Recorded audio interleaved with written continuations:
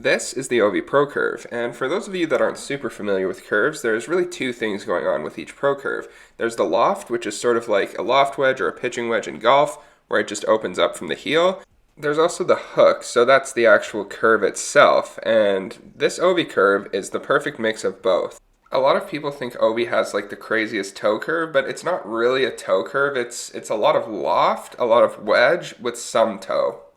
The other aspect that makes Ovi's curve really unique is how thin the blade is. It has a paper thin toe, and if you've ever seen one of Ovi's sticks, you'll notice right away how thin the blade gets at the toe. Back in his rookie season, Ovi used a standard P92 curve, but in these days with the fiberglass blades, you could just torch the blade and then you could curve it using a vise, so that's really where the Ovi curve was born. He's definitely made a lot of adjustments over the years, but most of the stuff has stayed generally the same. Like you can see opening up from the heel, it looks a lot like the P92, but then it just has that huge wedge at the toe. The blade shape is still really similar to the P92, especially at the heel and then moving through the blade toward the toe.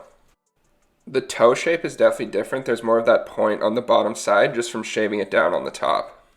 If you buy the stick from ProStockHockeySticks.com, will it turn you into Alex Ovechkin? Yes. That's probably illegal to say, but I guarantee if you buy this, you'll turn into Ovi in no time. To put it simply, this is a shooter's curve. When you use this, you don't care about passing. You don't care about stick handling. You don't care about your teammates. All you care about is sitting inside the blue line on the left side of the ice and ripping shots. What does it mean to be a shooter's curve? It means that when you're taking a shot, you're going to get that quick release. You're going to put it exactly where you want. It means it's good for all types of shots. Snap shots, wrist shots, slap shot, one-timer. You got it with this. Shot mechanics are super important here because it could be the difference between you loving and hating the OV curve. So you need to pull it in with the toe and then snap it off the middle towards the heel of the blade, and you'll have the quickest release, the best shots. It's just unreal. Ovi's paid to score, Backstrom is paid to pass. It's not the other way around, so you can't expect too much from the OV curve in terms of saucer passes. With a heel curve, you normally get those super crisp, clean saucer passes, and this curve has a lot of that wedge, but it's actually too much wedge. A lot of the time when you try to send a saucer pass with this, it'll flutter, so you really have to put a lot of power behind it if you want them to sit nice and clean. I really can't stress enough how Ovi is a pure goal scorer. He only cares about shooting. He's not Patrick Kane, he's not Kuzi, he just wants to shoot. So stick handling, again, this is not what the curve is made for. If you're a huge all-star like Alex Ovechkin with 700 goals in the NHL, or myself with 700 goals on the outdoor rink, it doesn't matter what you're using. That being said, does the OV curve make life easier when it comes to stick handling? No, of course not. It's not a stick handler's curve. If you want to go out there and dangle, go for the Kane curve, go for the McDavid curve. This is the shooter's curve. This is for the guys sitting on the left point on the power play, hammering one-timers, taking huge wrist shots, huge snap shots. This is not meant to go around and pretend you're Pavel Datsyuk. Moving on to dangles, again, what did I just say? Ovi, he does dangle sometimes, he's had some nice toe drags through the legs moves, but generally, this is not built for dangling. So for the three moves here, the backhand toe drags were surprisingly good. They're not terrible, but the real one I want you to focus on here is that second move, the cutback, because Ovi uses that all the time. If you watch Ovi's highlights, there's so many examples of him coming up the left side of the ice, using that cutback move across his body on the defenseman, using the D-man as a screen, and then taking the shot.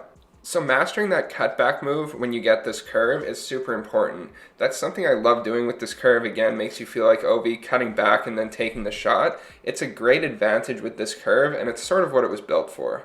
Speaking of what it was built for, this is what you're here for, right? The one-timers. You want to know if this is going to turn you into Alex Ovechkin. Again, yes, guaranteed. Before I start going through my usual excuses about why I wasn't having perfect one-timers with this, let me say that this curve is awesome for one-timers. They're powerful, they're heavy, they're going up quickly. That's what's important.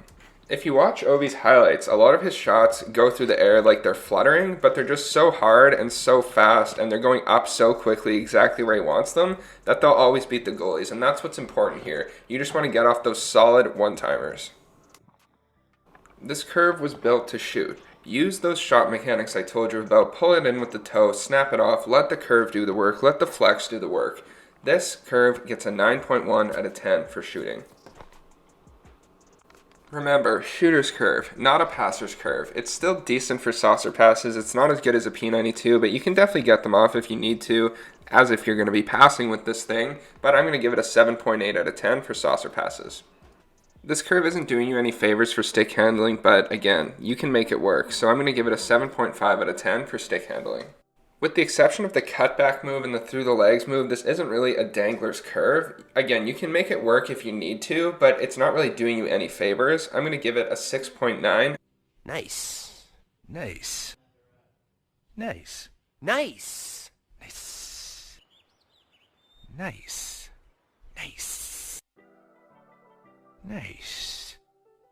This is the curve used by the one-timer king himself. Obviously, it's going to be good. They're heavy, they rise up quickly, they go where you want them to go. It gets a 9.0 out of 10 for one-timers. The Ovi curve gets a 9.1 for shooting, a 7.8 for saucer passes, 7.5 for stick handling, 6.9. Nice. Nice. Nice. Nice. Nice. For dangles, and a 9.0 for one-timers, making a total average score of 8.1. I would recommend this curve to heavy shooters, specifically. People who want to improve their shot could also benefit from this curve, but really for people who are taking lots of one-timers, wrist shots, snap shots, slap shots, if that's you, this is your curve. And remember, I personally guarantee this curve will turn you into Alex Ovechkin on the ice. So now you're sold on the Ovi curve, you want to pick one up, but you go to our website and you see it's sold out. Don't worry, next Friday, April 30th, we'll do a full restock of all the curves. If it's not next Friday, it'll be the Friday after. Just stay up to date with what we're doing on Instagram. We post everything there. That's at ProStock6 if you don't follow us already. Thanks for watching, boys. We'll see you next week.